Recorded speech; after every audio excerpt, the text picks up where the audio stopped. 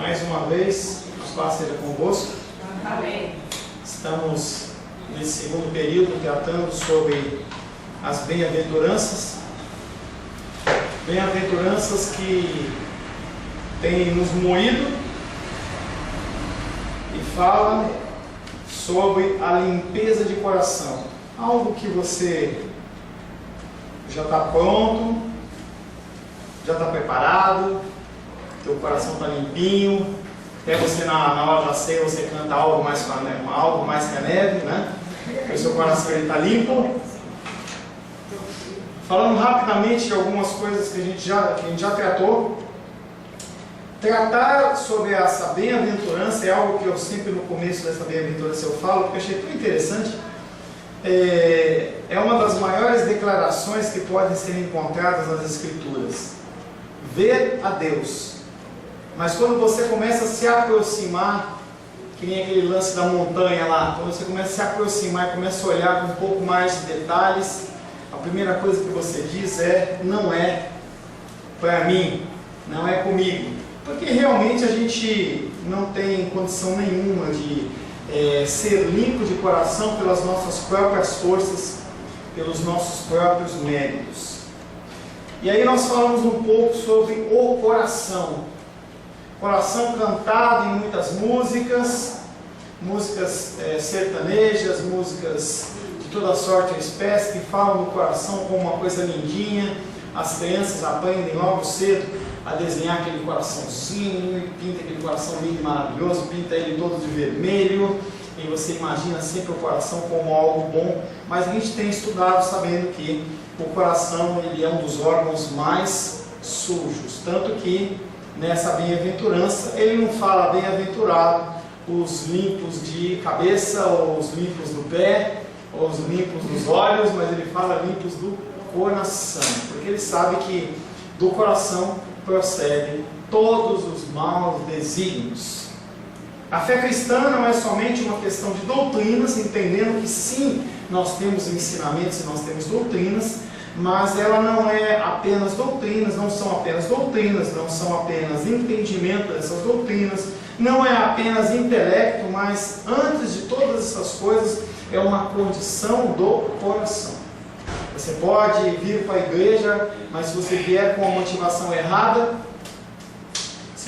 nós falamos em oração, se você vier integrar o seu dízimo e oferta, e o teu coração um coração que nutre o ódio, nutre a angústia, a mágoa, a amargura, não vale absolutamente nada. Nas Escrituras, a palavra coração envolve a mente, a vontade e as emoções. Não meramente na superfície, as coisas têm que ser analisadas, mas têm que ser analisadas segundo o coração, no profundo, no mais interior do seu ser. Mateus capítulo 15, verso 19, nós lemos que fala: porque do coração procedem maus desígnios, homicídios, adultérios, prostituição, furtos, falsos testemunhos e blasfêmias. Falamos também que uma grande tragédia que nós vivemos, em especial na igreja contemporânea, não estou nem falando no mundo secular, mas na igreja contemporânea, é que as pessoas acham que o ambiente ela vai definir se a pessoa ela é ou não uma coisa ou outra. E nós falamos no outro módulo que a psicologia ela coloca isso como um fator determinante. Se você não foi amado, se você vive em um contexto de meio de ladrões, você necessariamente vai ser tal pessoa com tal e tal característica. Dentro do cristianismo, dentro do aconselhamento bíblico, nós sabemos que isso há uma influência, mas não é determinante, porque todo aquele que é cristão, nós estamos falando de cristãos, todo aquele que é cristão tem o Espírito Santo dentro do seu interior, e ele está apto a dizer não a qualquer tipo de pecado, por mais difícil que seja, por mais tempo que demore, o Espírito Santo ele te capacita a dizer não. Pastor, não acredito nisso. Então você não acredita que o Espírito Santo ele tem o poder soberano de Deus para agir na tua vida. As pessoas elas não conseguem se perdoar porque elas acham que certos tipos de problemas e pecados eles não podem ser nem perdoados nem ser corrigidos. Estaria alguém preparado para dizer eu sou crente pelas minhas próprias forças? Não, nunca, não é possível. Finalizamos semana passada lendo Salmos 86:11, que nós vamos ler novamente, Salmos 86:11. Vamos falar sobre a definição de uma pessoa com o coração limpo. E aí, Guilherme, por favor? Você que está olhando para mim com esses olhos amendoados. Sim, Salmos... Salmo o quê? 86:11. Além de tudo, você tem que ouvir esse tipo de coisa. Ensina-me, Senhor, o teu caminho e andarei na tua verdade. Dispõe-me o coração para só temer o teu nome. E aí o salmista ele coloca tanto o caminho como o coração nas mãos de Deus. Ele coloca o seu caminho dizendo: Senhor, me ensina. Se o Senhor me ensinar, eu vou andar. Se o Senhor não me ensinar, eu não vou andar. Dispõe meu coração. Senhor, está vendo esse coraçãozão ruim que está aqui no meu peito? Que deveria ser mais amoroso, mais misericordioso. Sabe esse coração, Deus? Transforma ele num coração que apenas tenha temor ao teu nome. Ao teu nome, à tua palavra, aos teus ensinamentos. A nossa grande dificuldade é que o nosso coração ele é dobre. Ele para um lado, para o outro. Parece as ondas do mar. Se você já foi no mar, você olha, a onda vai e volta. Vai e volta. Parece o meu coração. Confio, não confio. Acredito, não acredito. Amo, não amo. Tiago, capítulo 1, versos 6, 7 e 8. Leia aí dos reis, por gentileza. Tiago. Como você foi a pessoa que deu risadinha quando eu falei versículo? Tiago, capítulo 1, versos 6, 7 e 8. Deve ser provavelmente mais para você do que para mim esse versículo.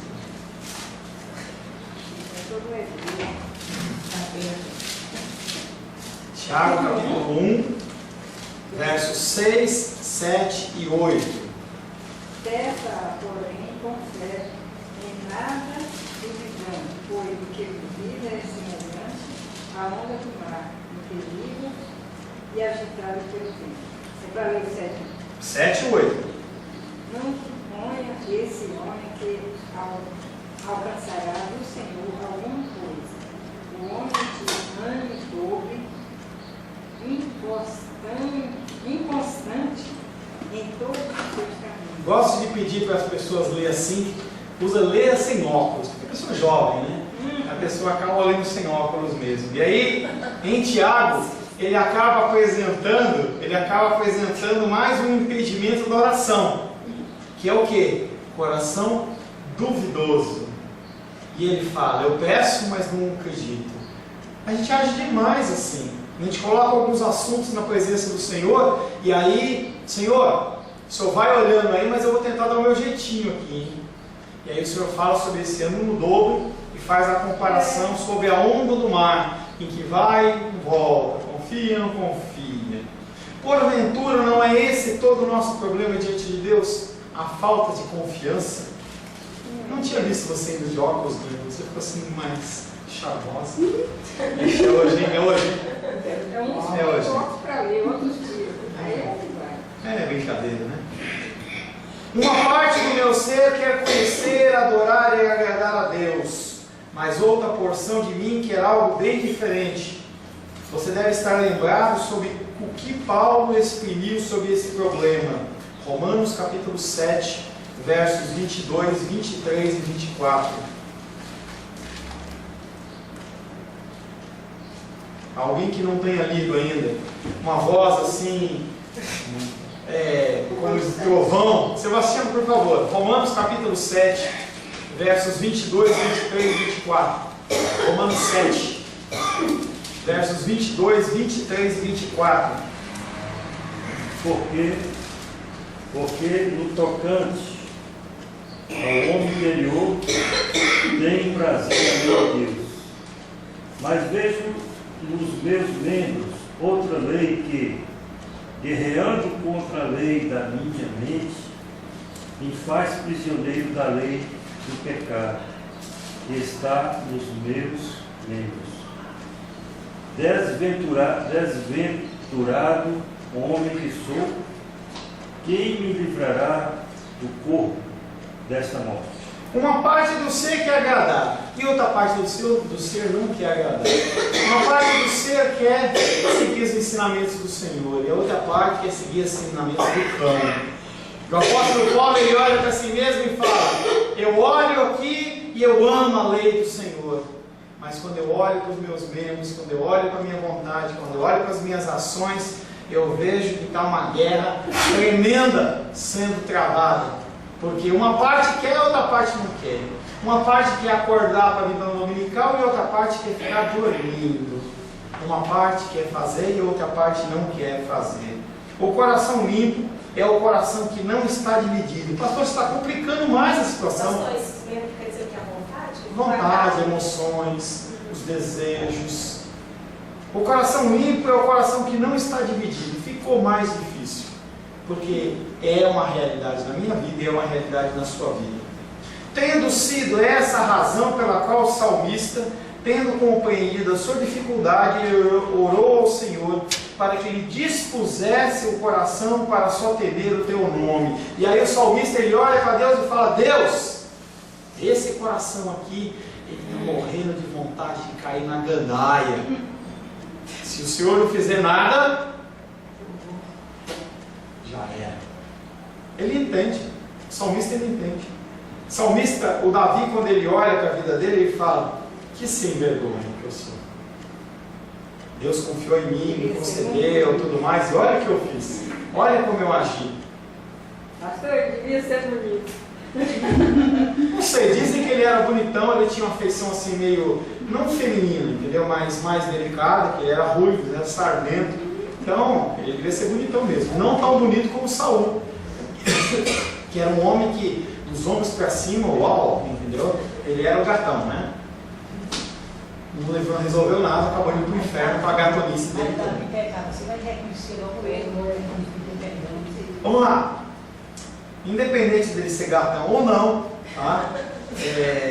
O salmista, ele olha para Deus e fala: Senhor, muda o meu coração. É como se ele houvesse dito: tira do meu coração as duplicidades que lhe ofuscam a visão e deixa-o puro, sincero, inteiramente isento de qualquer hipocrisia. Entretanto, esse não é o único significado do adjetivo limpo.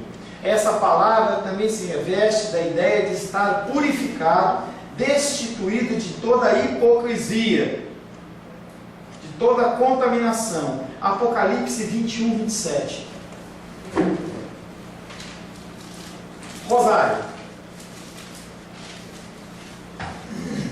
Pastor, Salomão, considerando essa linhagem de Davi, existe um estudo bíblico? Salomão é da mesma linhagem de Davi? Não. Salomão, né? Como a gente está falando de unidade, né? Relação... Ah, não, Salomão sim, pensei que era Saul, tá? Não, pensei que era Saul, pensei que estava falando de Saul, tá? Eu estava com Saul na cabeça. Existem estudos bíblicos, alguma coisa que comprova que houve um arrependimento dele também? Não, né? Apocalipse 21, 27, por favor. Nela nunca mais penetrará coisa alguma contaminada, nem o que pratica abominação e mentira, mas somente os inscritos no livro da vida do Cordeiro. E aí ele usa o nunca jamais, né? Ele usa duas vezes, ele fala nunca, nunca. Ou jamais, jamais. Nada contaminado vai entrar na Nova Jerusalém. Apocalipse 22, versos 14 e 15.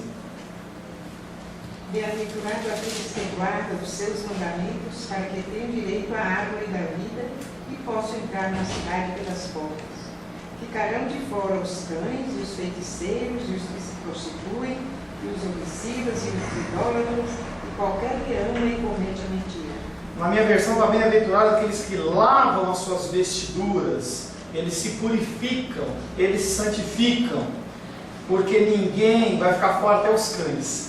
Não, mas cães não meus cachorrinhos, apesar que não tem céu dos cães, isso é uma discussão teológica entre eu e a Edilene. Tá? Esses cães são pessoas que são encarados, eu tinha feito um estudo uma vez, eu esqueci, mas não é coisa boa. Tá? E aí ele fala dos feiticeiros, impuros, assassinos, idosos, todo aquele que ama e pratica mentira. Ou seja, olha para o teu coração, está com pecado intocável e ama no sentido de vício ou no sentido de idolatria. Fala que se perguntou. No mesmo versículo ele fala no finalzinho, no caso 11, felizes os que lavam as suas vestes, para que eles caibam direito à árvore da vida. Essa árvore da vida está uma coisa bem rápida. Ou, não sei te dizer, teria que estudar. Aí eu vejo duas opções, entendeu? Sem estudar. Uma está falando, fazendo uma alusão real, entendeu? A um restabelecimento da terra, no sentido do Jardim do Éden, como se fosse o sentido de que tudo fez que era bom, e haver necessidade realmente da árvore da vida. Ou é uma coisa simbólica, em que a partir do momento em que a pessoa adentra na cidade celestial, ela está com a vida eterna garantida no sentido de ter a vida eterna em Cristo. Eu não sei, ou é simbólico ou é real, eu não sei dizer. Tá? É uma das duas. Versículo qual é esse aí? 14. Bem-aventurados aqueles que lavam suas vestiduras para que lhes assista o direito à árvore da vida. E aí a Diane pergunta se essa árvore da vida ela é a árvore lá de Gênesis ou não. E aí eu falei para ela que eu não sei dizer se é algo simbólico ou se é literal. Apocalipse trata muitos conceitos de forma simbólica, e eu creio que seja de forma simbólica. Coisa alguma que seja impura ou imunda, que tenha qualquer sinal de contaminação, jamais poderá entrar na Jerusalém celestial. Ser limpo de coração significa ser semelhante ao próprio Senhor Jesus Cristo, perfeito, sem mácula, puro e íntegro. É algo que, infelizmente ou felizmente, nós não conseguimos fazer pelas nossas próprias forças. Tem que haver algo sobrenatural, que é realmente o revestimento do Senhor após a nossa morte, ou então após a segunda vinda do Senhor Jesus Cristo, que vai transformar os corpos corruptíveis em incorruptíveis. 1 Pedro, capítulo 2, verso 22, falando sobre o Senhor Jesus Cristo, o qual não cometeu pecado, nem dolo algum se achou em sua boca. Ou seja, tanto a boca que fala que o coração está cheio, o coração dele era limpo. Podemos dizer que ser limpo de coração aponta para o fato que somos donos de um amor não dividido, considerando Deus o nosso maior bem, um amor que só se preocupa em valorizar ao Senhor. E aí é complicado, porque o Senhor está falando sobre inteireza de entrega de coração. E aí esses pecados intocáveis, quando a gente fala dos pecados intocáveis, aí a pessoa já está pensando, é uma coisa séria, como um assassinato, ou é uma coisa séria. Não, mas às vezes é uma coisa que você tem mais amor por aquilo do que pelo Senhor. Prioridades, é algo que eu trato muito com pessoas de aconselhamento. Qual é a sua prioridade? A sua prioridade é o Senhor ou são as coisas do mundo? O que é o Senhor?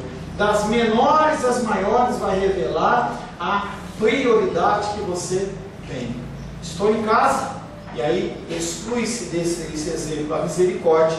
Estou em casa, alguém liga, chega alguém, acontece algo, não vou para a igreja porque eu tenho que ficar, tenho que fazer, tenho que dar assistência. Volto a dizer, exclui-se a misericórdia, que a pessoa está precisando de algo, no sentido de urgência, não no sentido de luxúria, no sentido de uma coisa que não é importante, e aí você acaba dando toda uma atenção para a pessoa em vez de dar atenção ao Senhor. A prioridade é o Senhor. Ter um coração limpo significa que observamos o primeiro e maior dos mandamentos. Deuteronômio, capítulo 6, verso 5.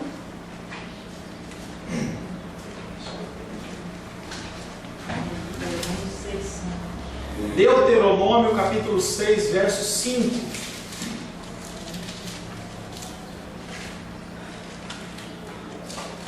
Amarás, pois, o Senhor teu Deus de todo o teu coração, de toda a tua alma, de toda a tua força. Você vê que Deus, através de Moisés, aquele parece que é redundante. Amarás, pois, o Senhor teu Deus de todo o teu coração. de toda a tua alma. E a alma aí está falando do coração. E de toda a sua força, de todo o seu entendimento. Ele está falando que tudo é para Deus, tudo é por Deus, tudo é para Deus. E a gente tem que cada vez mais no caminhar nosso cristão estar limpando o nosso coração em relação a outras coisas que roubam o nosso tempo com Deus. Não estou dizendo que você tem que ficar trancado no quarto, falando glória a Deus, aleluia, aleluia. Não é isso que eu estou falando. Você tem a sua vida, você tem que trabalhar, tem uma série de coisas que você resolver, mas a prioridade é Deus. Você sabe muito bem do que eu estou falando, porque eu não estou falando de pessoas ignorantes. Você sabe, eu sei que muitas vezes nós damos mais atenção, muito mais importância a coisas que não são tão importantes assim do que as coisas do Senhor. Vai definir um horário de leitura da palavra ou definir um horário de oração. Tudo acontece. Terremoto, cai a luz, entendeu? Mas além dessas coisas extremas, também coisas pequenas. Em que você está lá lendo e você lembra que você tem que colocar o feijão dentro da água. Qual a diferença de você colocar o feijão dentro da água meia hora antes ou meia hora depois? Nenhuma.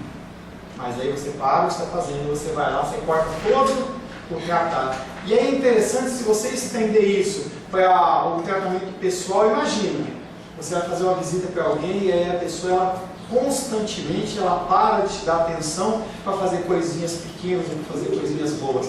E eu não estou falando de coisas grandes, estou falando de coisas pequenas. E isso demanda aonde está o meu coração e o seu coração.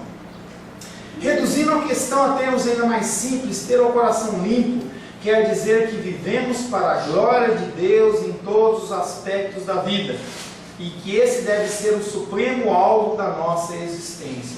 Por que nós somos tão infelizes? Porque nós não vivemos esse princípio, que é o princípio de viver para a glória de Deus em todas as coisas. Nós vivemos para a nossa glória, para a nossa honra. E aí eu dei o exemplo para vocês daquele caso lá do cara que mexe com drogas, ou que é usuário de drogas. Aí o cara fala, não, eu estou preocupado com a minha família. Não está nada. Ah, eu sou um jogador, e aí eu não consigo, eu estou preocupado com a família. Não está nada.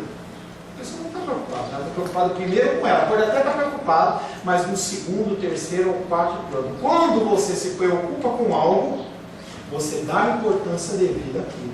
É um exemplo que eu sempre dou para as pessoas. Se agora tocar o telefone e um ente querido seu, de primeira linha que você ama, ligar e falar assim, acabei de me acidentar. Você vai falar para a pessoa, espera um pouquinho que a aula dominical vai até às 11h30, daqui a 20 minutos eu saio e você... Isso chama-se prioridade em relação à importância das coisas que nós temos. Quando nós começamos a priorizar as coisas do Senhor como o mais importante, muita coisa fica em segundo plano.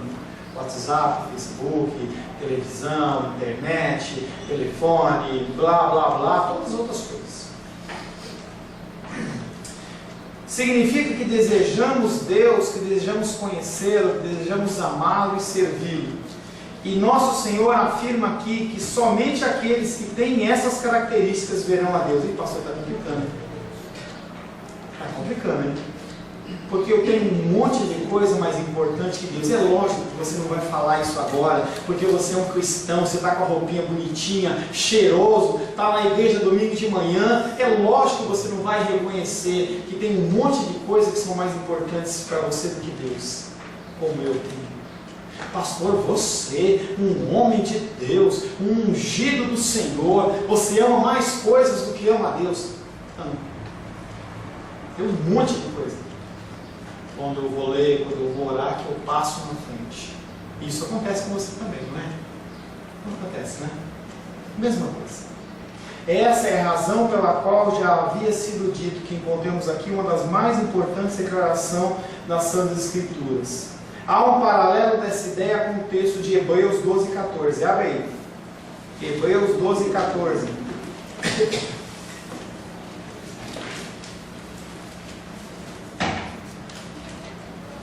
Hebreus 12:14.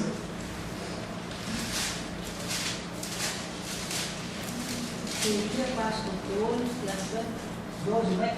12:14. Seguir a paz com todos é santificação, sem a qual ninguém verá o Senhor. E aí tem dois elementos aí. Primeiro, é que o cristianismo ele não é voltado para você. O cristianismo é voltado para o outro. Nós temos que parar de colocarmos nós no centro e colocarmos o outro no centro. Por isso que Jesus Cristo fala, ama a Deus sobre todas as coisas e o próximo como a ti mesmo. Se você não ama o homem que você vê, como é que você vai amar o Deus que você não vê? E o Senhor Jesus Cristo ele bate forte em relação a isso. E aí, a hora que nós vemos as igrejas cristãs em sucessão no Brasil, é triste, porque é tudo por eu.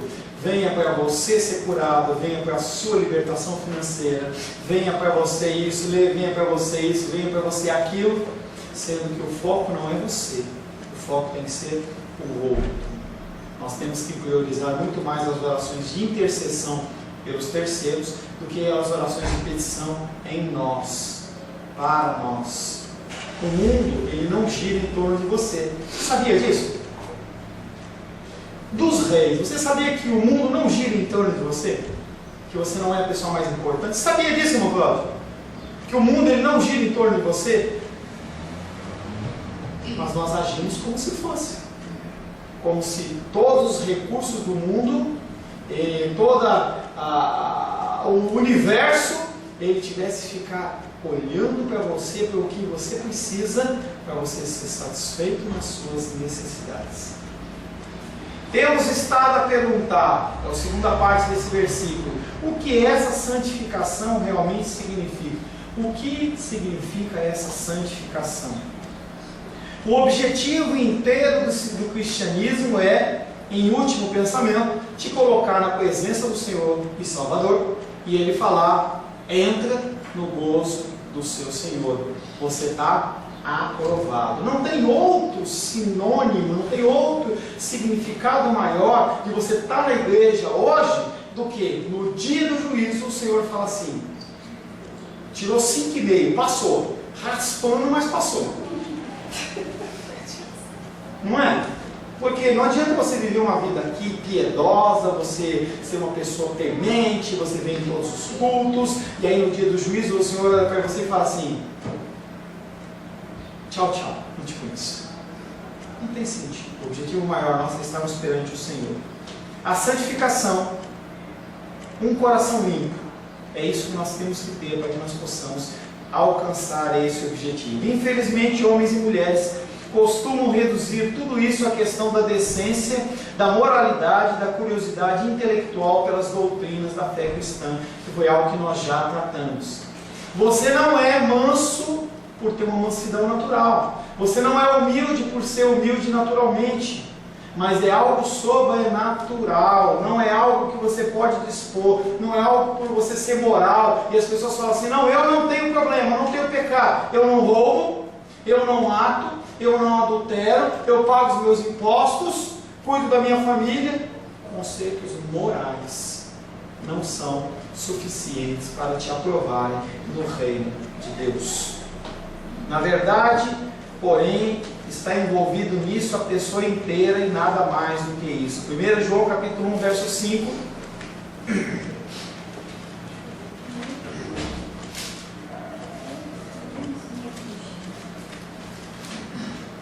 João? Capítulo 1, verso 5. Ora, a mensagem que, da parte dele, temos ouvido e nos anunciamos é esta, que Deus é luz, e não há nele treva. E aí o que o apóstolo João está falando na carta de 1 João, capítulo 1, verso 5 é, Deus é luz, e nele não há treva nenhuma, não há erro, não há falha, não há pecado. E se você quer estar perante Ele e conviver com Ele, você tem que ser da mesma maneira. Na dimensão espiritual, ninguém pode misturar luz com trevas. Ninguém pode adorar a Baal e também a Deus. Não há qualquer conexão entre esses pares de conceitos. Ou é um ou é outro. Não há café com leite, não há como se misturar as coisas.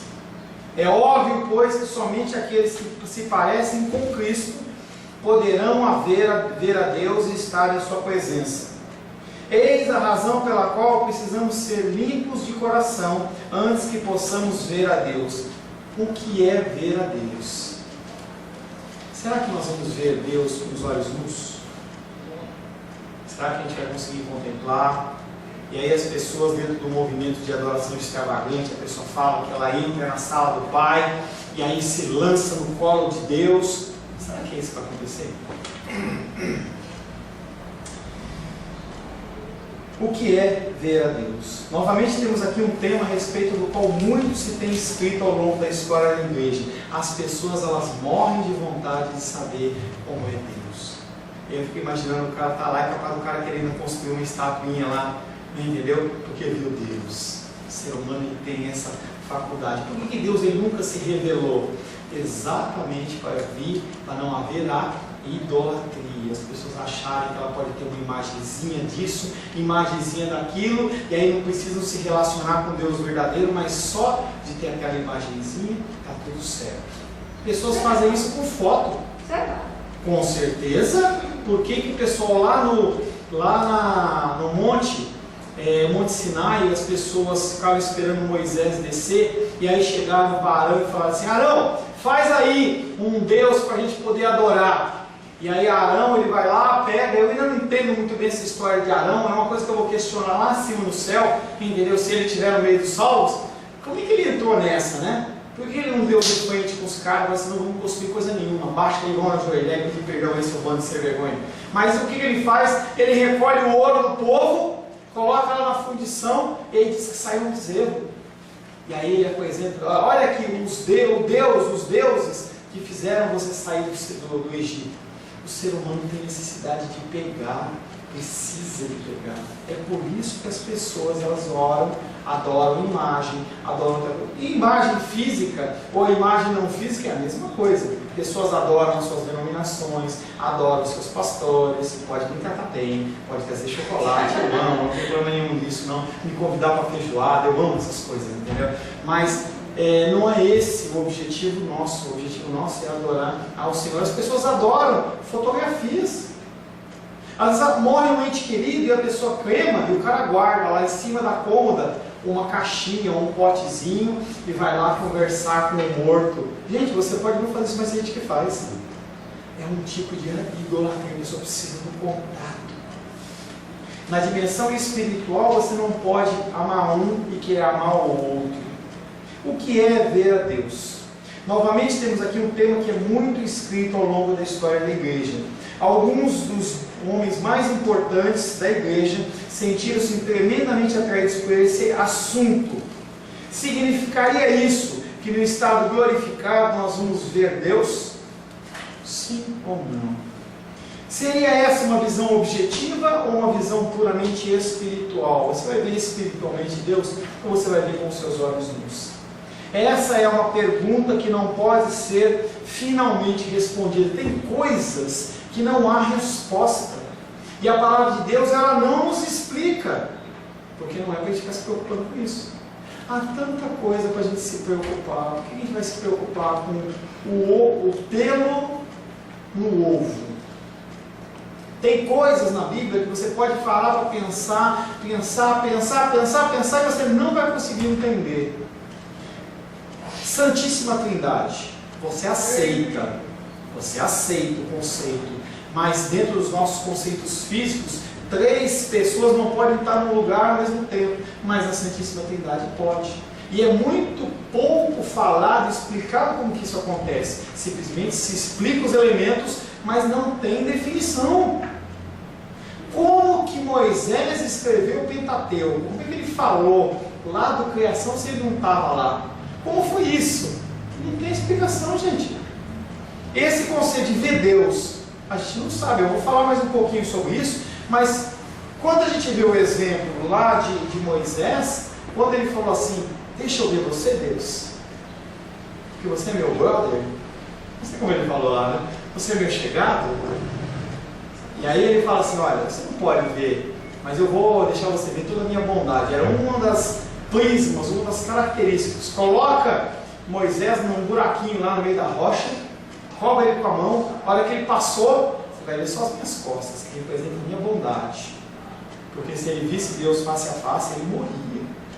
O pouco contato que Moisés tinha, ele vinha com a cara brilhando. Não era brilhando de purpurina, não. Era brilhando de luz mesmo, em que as pessoas olhavam assim. É com olhadinho. Aí Moisés ele começou a colocar até um véu, porque aquela presença de Deus, aquela claridade, aquele brilho, ele ia sumindo. Será que nós vamos ver a Deus ou que não vamos ver a Deus? Outra coisa que você não vai achar explicação em lugar nenhum. Não adianta, só para você colocar um pelinho no seu... Onde apareceu o pecado? De onde veio esse pecado? Tudo foi criado por Deus. Nada que foi criado foi fora de Deus. E onde veio o pecado? Aí a pessoa tem livros e livros e livros. Eu comecei a estudar isso aí. É um nó, entendeu? Parece aqueles negócios. Quando eu pescava com meu pai, às vezes fazia uma bagunça na linhada. Não sei se você já viu isso. Aquele monte de linha misturado. Você olha para aquilo e fala assim: como é que eu vou arrumar isso aqui? É mais fácil você cortar e jogar fora do que você tentar desembaraçar aquilo. Um conceito desse, você luta e você nunca vai descobrir de onde veio o pecado ou como aconteceu o pecado. Porque você começa a estudar e fala assim: bom, então Deus tem uma parte de pecado nele. Aí é contra as escrituras. Não tem explicação.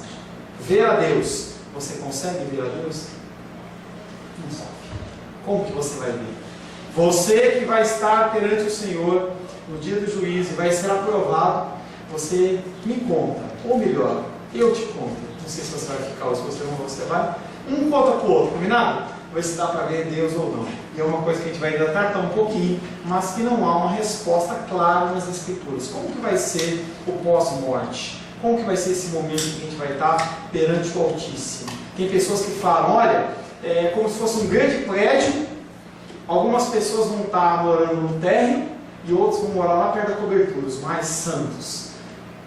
Mas você não vai ter contato com Deus. Outros não, você vai morar lá na cobertura. Eu não sei te dizer isso. Nem a Bíblia, nem ninguém pode te explicar a respeito disso. E o Adão viu, será? Ele fala que ele conversava com Deus. Mas entenda que há um conceito que chama-se teofania. O que é uma teofania? É uma manifestação de Deus. O que Adão viu? Com o que Adão teve contato? Vamos perguntar para Adão. Além disso, a gente dá um croque na cabeça dele, porque por conta de um homem entrou todo o pecado no mundo. Não foi por conta de Eva, mas foi por conta de Adão, porque o homem tem responsabilidade. A gente vai lá dar um croque na cabeça de Adão e fala: Adão, conta essa história para nós. Como é que foi isso? Senhor, em nome de Jesus, queremos agradecer ao Senhor, porque temos o entendimento que nós, por nós mesmos, nós não conseguimos purificar o nosso coração.